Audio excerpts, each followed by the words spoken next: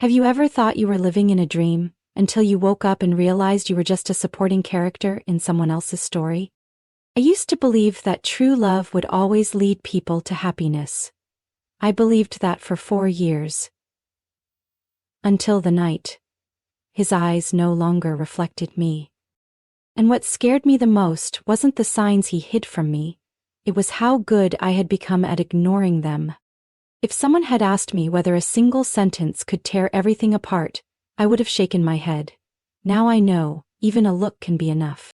This is my story, Grace Holloway's, and the man I once thought I'd grow old with. I met Alex at an outdoor book fair in Austin, Texas. I was 29, fresh out of a relationship that took nearly a year to recover from. He was 33, a design instructor at a community college, with a warm voice and a smile soft like a June afternoon. We stood side by side at an old comic book stall, and laughed when we discovered we both disliked the main character in the same fantasy novel. There were no sparks like in the movies, no love at first sight, just something easy. So easy it made me open up more than I ever had before. We dated simply. Saturday morning coffee, weekend walks, cooking dinners together using recipes he saved on his phone. After a year, we moved into a third-floor apartment in South Congress. It wasn't fancy, low ceilings, creaky windows, but the balcony overlooked old oak trees, and the way sunlight filtered through the curtains each morning felt strangely tender. In our second year, we adopted Luna, a one-armed rescue dog, pitch black and quiet, and from then on, I started to believe we were a real family, not perfect, but whole. By our 4th year, one autumn afternoon while camping at Pedernales Falls, where Alex first held my hand in the rain, he suddenly got down on one knee. No crowd, no big speech, just him, a small ring he'd kept in the pocket of his hoodie all day, and the question I thought I'd waited my whole life to hear: will you marry me? I didn't hesitate. Didn't need to think. I said yes before he even pulled out the box. We embraced as the wind rustled the leaves and the stream flowed beneath us, as if everything had been perfectly timed. Wedding planning started a few weeks later. I wanted something small, outdoors, with string lights and long wooden tables. He said, "Whatever makes you happy, I'm in." I felt like the luckiest girl in the world. Friends said I looked radiant. My mom emailed every week asking if I needed anything. Everything was going so well. I started to believe life had finally fallen into place. Maybe the scariest part of happiness is when you start to believe it'll never change. I don't know the exact moment when the first crack appeared between Alex and me. It didn't come like a storm, more like morning mist, seemingly harmless at first, until you realize you've lost your way in the damp fog. Maybe it started the night I sent him a link to a hilltop wedding venue I had dreamed of, a place I imagined walking down the aisle under golden string lights with my father. He glanced at it and said, "Seems a bit far, and kind of pricey." His voice wasn't harsh, wasn't dismissive, just indifferent. I laughed it off, thought maybe he was tired, stressed from his recent design projects. I was used to his quiet nature, but not to how easily the things I shared now passed through him, like a mid-roll ad no one asked for. Another time, I sent him a playlist of wedding songs I loved. Hours passed, then a day. I texted, "Any favorites?" He replied the next evening, "They're all fine, you choose." What seemed like a gentle answer felt oddly hollow. We used to be a team. Every decision, what to order at restaurants, adopting Luna, was mutual. Now, I felt like I was pulling a wagon uphill, and Alex was in the back seat, no longer interested in helping steer. I began to feel the distance growing. Our evenings together became less frequent, replaced by Alex needing to unwind with old friends, especially his college buddy Mason. It started with one weekend, then 2. Soon, every time I wanted to sit down and plan the wedding, Alex wasn't around. I didn't want to be the controlling type, so I stayed quiet. But every time he came home near midnight, reeking of beer and takeout, something inside me dipped a little lower. I tried to pull him back. I made small dinners with candles and his favorite dishes. I sent sample invitations, suggested a weekend getaway to a cabin like we used to. He always nodded, but was never really there, physically present, emotionally absent. One evening, while I was explaining my idea to hand-make the invitations to save money, Alex was scrolling through his phone, muttering, "Uh-huh." I finally stopped and asked, "Are you even listening to me?" He looked up, tired eyes and all. "Grace, you're making too big a deal out of this." I froze.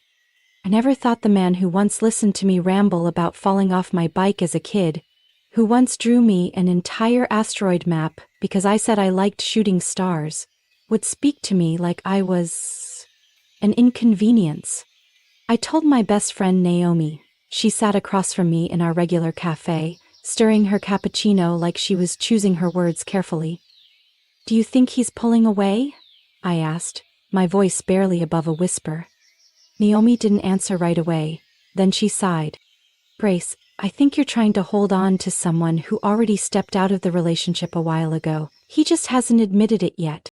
I gave a weak laugh, tried to deny it. But when I got home, opened the door to a quiet apartment, Luna curled in the corner under soft kitchen light, I couldn't deny it anymore. Alex wasn't cruel. He still hugged me goodbye in the mornings, still asked if I wanted ice cream when he ran errands, but it all felt rehearsed, like reading from a script. Nothing wrong, just soulless. And the scariest part was, I had started to accept it, as if it was just a phase every long-term couple went through. But deep down I knew, we were no longer us. I planned that evening like I was drawing up blueprints to save a collapsing house. Naomi said, "Give it one last try, Grace. Let him see the things that brought you two together in the first place." I picked a small restaurant by the Colorado River, with candlelight, soft jazz, and the memory of the first time Alex held my hand, after a concert in our second year together. I wore the seamless dress he once said made my eyes look like stormy skies. I even stopped by the corner store and bought his favorite craft beer, just to leave it in the fridge, a small reminder that I still remembered. When I got home, Alex was on the couch, eyes glued to a basketball game, scrolling through his phone. I cleared my throat and smiled. "You remember, right? Tonight's Friday." He looked up, furrowed his brow like trying to recall something, then mumbled, "Oh right, you made a reservation somewhere." On the way to the restaurant, I tried to start a conversation. Asked about work, his new design project, even brought up the time we both slipped hiking and laughed for hours. But his replies were short, his eyes drifting everywhere but toward me. I told him about a cabin in New Mexico, a place I thought would be perfect for a honeymoon. He stayed quiet for a few seconds, then abruptly set down his fork. "Grace, I don't know if I'm ready for all of this." I thought I'd misheard. "All of what?" I asked, though I already knew. "The wedding, marriage, everything." No anger, no tears, just smooth, well-rehearsed words, like he'd been thinking them for weeks, waiting for the right moment to say them. "You're the one who proposed, Alex." My voice cracked, foreign even to my own ears. "I know," he said, avoiding my gaze. "At the time, I truly believed I wanted it, but lately, I wonder if I'm forcing myself into something that doesn't fit."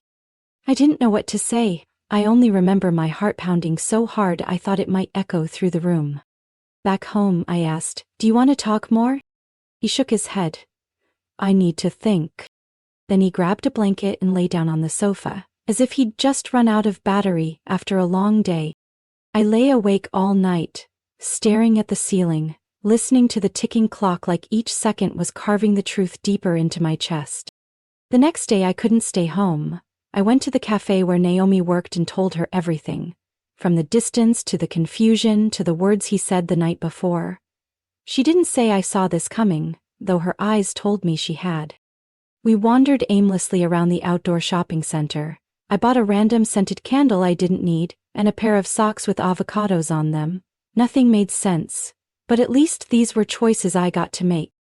As I pulled into my apartment complex, my phone buzzed. A message from Ben, one of Alex's old coworkers. "Hey Grace, you okay?" Last night seemed weird. I froze on the front steps, my heart sped up. I called him immediately. Ben hesitated, then sighed. They were hanging out at the usual bar. Ross, his best friend, kept teasing him about how getting married is like signing away your life. At first it was just jokes, but then Ross asked him straight up, "Are you sure about this?" And Alex, he laughed and said, "Maybe I'd be more excited if Grace were a little prettier." I went rigid. "Ben, are you sure?" "Yeah, a few of us told him he went too far, but he just laughed and said it was a joke." I couldn't hear the rest. I hung up, hands shaking. 5 years together, and now I was a punchline at a bar. Not in a moment of rage, not in an argument, but in front of others, deliberately and sober. I walked into the apartment. He was still asleep on the couch, reeking of beer and smoke. I led Luna into the bedroom, shut the door. And I cried. Not the kind of crying where you try to be strong. The kind where you let every bit of pain pour out like it might empty you completely. But the next morning, what I felt was no longer pain. It was a chilling kind of clarity. Sunday morning, I had just poured myself a cup of coffee when the phone rang. The screen lit up with a name I never expected to see: Diane. Alex's mother. I hesitated for a few seconds before answering. Her voice was trembling from the very first sentence, like she had been waiting a long time to say this. "Grace, can we meet? There's something you need to know. I can't explain it all over the phone." Diane was a simple woman, more fond of her garden than social media. She was not the type to panic easily, but that day, her voice sounded like her world had just tilted off balance. I agreed to meet her at a small cafe near the farmer's market, a place we used to have breakfast together back when we were still close. During the drive, my mind raced with possibilities. Was Alex in debt? Sick? Or something even worse than the pain I was already trying to swallow? When I walked into the cafe, Diane was already there, clutching a mug of ginger tea, her eyes sunken, her graying hair no longer neatly tied as usual. She stood to hug me, a hug with no apology, no excuses, just pure remorse. I didn't even have time to ask before she began. "Alex called me last night. He said he's ruined everything, said he didn't know how to fix it." I asked what happened and he just cried, and finally he said, "There's someone else." I felt like I'd been pushed backward. "You mean, a new relationship?" I asked, my voice hoarse. "Not an affair. He swears nothing physical has happened," Diane replied quickly. "But he has feelings. For a woman named Elena, a new colleague at the design firm." It felt like someone had poured a bucket of ice water straight into my chest. "Who is she?" I whispered. "She started recently. Younger, understands his work, talks to him all day about design ideas, music, things he no longer shares with you." I sat there in silence. The pain from the night before was still there, but this shock hollowed me out even more. Diane placed her hand on mine, her eyes glistening with tears.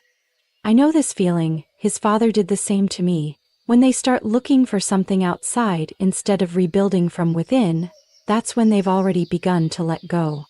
I pulled my hand back, not out of anger, but because I feared I'd fall apart right there in the cafe.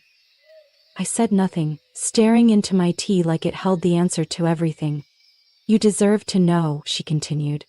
"I'm not telling you this to defend Alex, but so you know you're not crazy. Not overly sensitive. Everything you've been feeling, it's real." I nodded but said nothing. My throat felt locked shut. On the drive home, I didn't play music.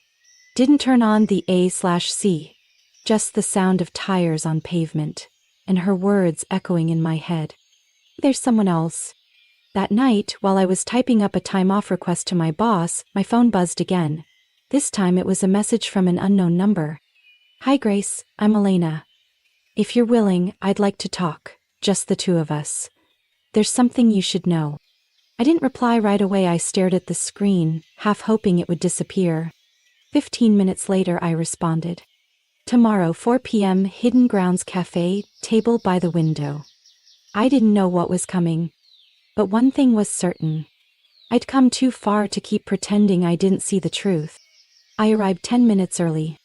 Hidden Grounds was tucked down a narrow alley, its windows fogged with mist from the light rain. I chose the table by the window, the exact spot where the afternoon light poured in just enough to reveal someone lying, if they were. At exactly 4 p.m., Elena walked in. She was petite, her brown hair tied hastily in a messy bun, wearing an oversized beige sweater and faded jeans, no makeup, no perfume, and most importantly, nothing like the third-party villain I had imagined. "Hi," she said, her voice as soft as the rain tapping on the awning. I nodded, not smiling. "Sit," I gestured to the chair across from me. No small talk, no one-ordered drinks, no pleasantries. I looked her straight in the eye. "Why did you want to meet me?" Elena pulled a phone from her coat pocket and opened a text thread. I didn't know he had feelings for me until last week. Not because I was clueless, but because I have a boyfriend. We've been together for 3 years. I was surprised, but I stayed silent. "Elena." "No, let me finish," she cut in, then set the phone on the table. "Ross," Alex's best friend, was the first to suggest anything. He said Alex and I had clear chemistry, then implied I was a better fit for him than you. I was uncomfortable. I told Alex straight. I had a boyfriend, and I didn't want any misunderstandings. I glanced at the messages, just work updates, a few light jokes, nothing inappropriate. "I didn't come here to apologize for something I didn't do," Elena said, her eyes beginning to glisten. "I came because I felt sorry for you, that someone else's silence left you guessing in pain." I swallowed hard. There was a lump rising in my throat, but I kept my composure. "What did Alex say when you told him clearly?" I asked. "Nothing," Elena replied. "And after that, nothing else. No follow-up, no explanation, no apology. You know, I don't think he loves anyone. Not me, not you. He's just afraid to face himself." I leaned back in my chair. Outside, the rain had begun to fall harder. Eleanor continued, voice quieter. "You can hate me, I wouldn't blame you. But if I were you, I'd want to know that I was never replaced. You weren't betrayed by another woman. You were betrayed by a man who didn't have the courage to be honest." I closed my eyes for a few seconds. Part of me wanted to be angry, but more than that, I felt an odd sense of relief. I opened my eyes and looked at Elena. "I don't hate you, I'm just sad that I bet 5 years of my life only to be the last person to learn the truth." She nodded. Her eyes were wet, but no tears fell. We stood up. No hug, no promises to stay in touch. Just 2 women, walking away from a mess they didn't create, but had to be the ones to end. That night I texted Alex's mom. "Thank you for telling me the truth. I met Elena. I'm okay." Diane replied immediately. "I'm always here if you need anything, and I'm truly sorry." I put down my phone and grabbed Luna's leash. The rain had just stopped. The ground was still wet, but the air felt clean and fresh. I stepped outside, carrying nothing but a lightness in my chest, as if I had finally loosened a knot that had been strangling me for months. I didn't need an apology anymore. I just needed the truth, and now I had it. Dinner was held at Lily's house, Alex's younger sister and the only one in his family who had kept in regular contact with me since everything fell apart. She said one sentence that made me agree. "If it has to end, let it end in truth, not silence." I arrived early, bringing an apple pie as a final gesture of courtesy. The small house sat quietly in a suburban neighborhood, filled with the scent of roasted garlic and basil, comforting smells pretending nothing was about to explode. Alex sat at the corner of the table, head down. Ross leaned against the sink, visibly irritated. Diane was pouring tea, her eyes tinged with sadness but firm. No one talked about the weather, work, or small talk. We were there for something that mattered. After a few bites of pasta that no one really tasted, Lily broke the silence. "We're here for a reason, right? So let's not dance around it." Diane nodded. "We owe Grace the truth, and Alex owes her something honest." Alex looked up, his eyes bloodshot, maybe from lack of sleep or guilt. I was wrong, I know that. I'm not going to justify anything. No, I replied, my voice surprisingly calm. You weren't wrong for having feelings, you were wrong for being silent, for making me blind in my own life. Ross scoffed, dry and sarcastic. Well, no one died. Worst case, we canceled a wedding. Diane turned sharply to him, her voice cold.